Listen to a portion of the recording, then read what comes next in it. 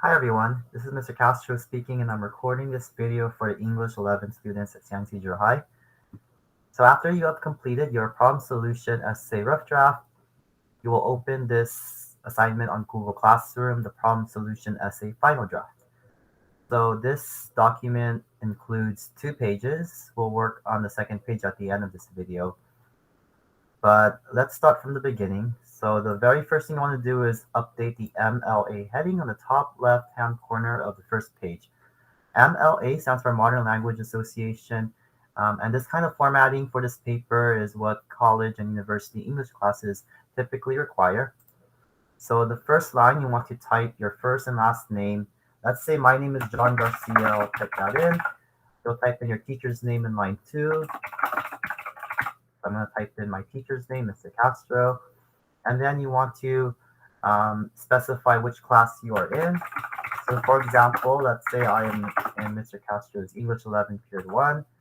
And then lastly, you want to put today's date. You want to put it in this format, day, month, year. No dashes, no hyphens, no commas, just a space in between each part of the date. So I'm going to put 2 March 2023. Top right-hand corner, we have what's called the pagination. So that's your last name with the page number.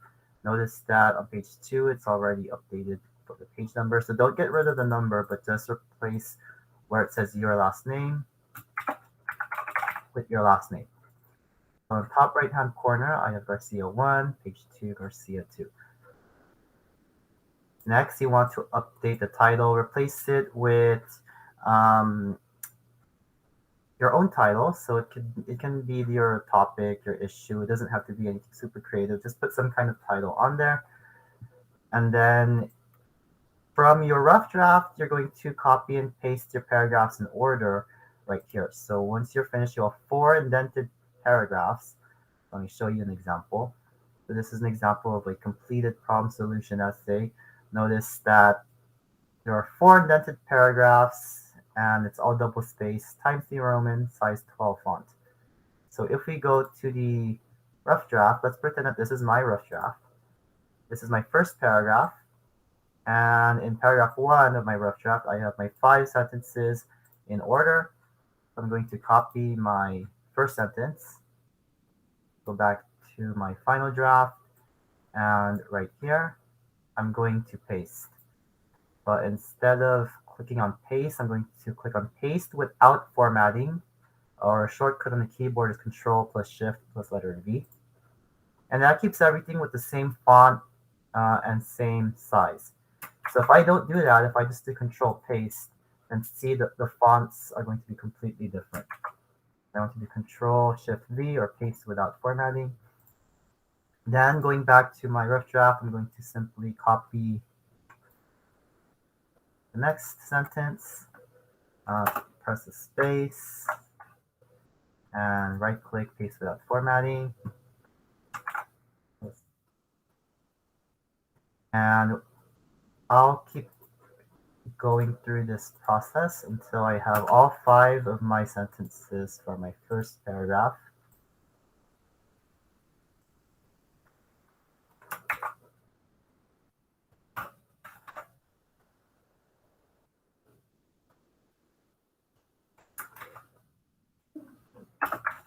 Okay, and here I now have paragraph 1.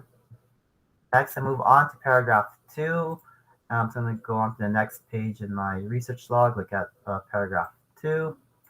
And then follow that exact same process. I'm going to copy and paste every sentence from my rough draft in order.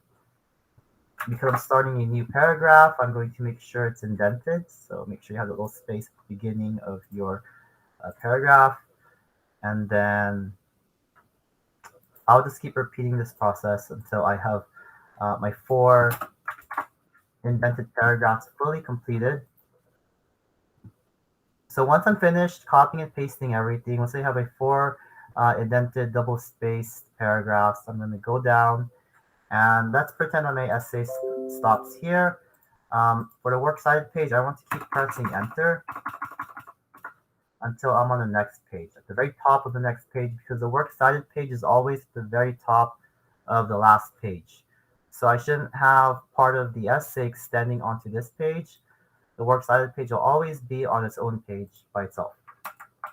Okay, so right here, you already have your book source cited. What we need to do now is go back to our research log in our rough draft. And here we have the evidence from the website. So from the second part of your research log, you should have filled in this part with the information about the website. And on Google Classroom, you see the works cited page instructions. So read that carefully. But basically, once you're finished with your works cited page, it'll look like this example. And right here, you see the formatting for the book. It's supposed to be typed with information in that order. For the page of the website, it has to be formatted in this order. So I'll copy that for reference. I'll go here. So I want to put all the information from my research log in this specific order. So starting with the last name, comma, first name, period. I'm going to go back to my research log. The last name, comma, first name is Kazan. Olga is the first name, so I'll copy that. And you want to put your sources in alphabetical order. So because the letter K comes before the letter P in the alphabet, I'm going to put that first in my works cited.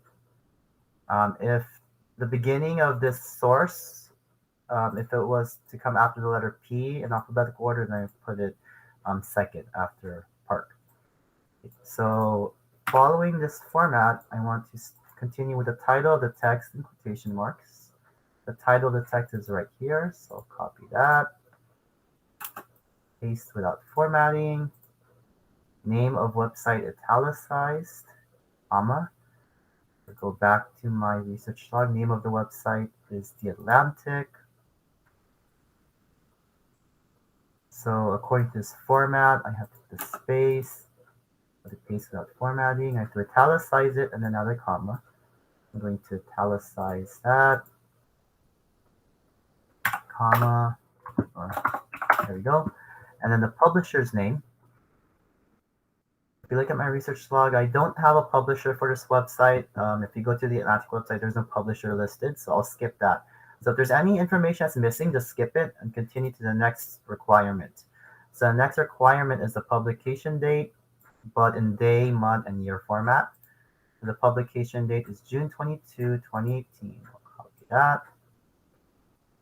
And I'm going to do Control-Shift-V, or I'll just right-click and paste without formatting.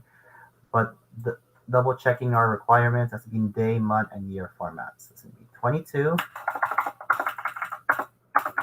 June, space 2018. And because this right here, it's part of that first line, I am going to press Enter and Tab. Once again on your keyboard, that's two keys, Enter, and then you press Tab. Then I have to add a comma, put the URL. Here's the URL.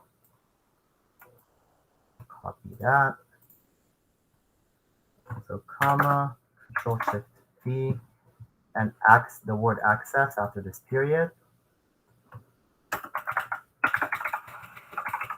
And then I need the day, month, and year of when I looked up this website. So I looked up this website on February 2, 2021.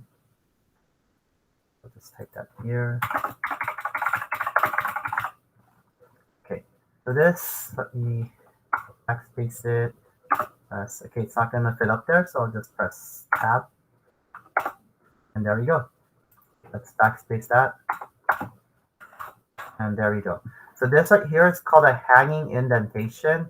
It's kind of like the opposite of how we normally indent. If we are typing a paragraph, we indent the first line and then keep the rest of it aligned to the left.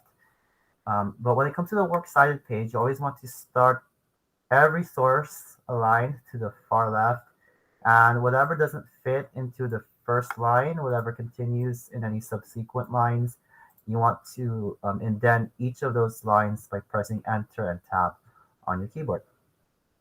Okay, so now that we have that fully cited, we don't need this formatting here. I'll just delete that. And now I'm finished with my works cited page. Okay, so the very last thing you want to do after you have completed your Works Cited page, just read through your entire essay. If there's anything that doesn't make sense, fix it.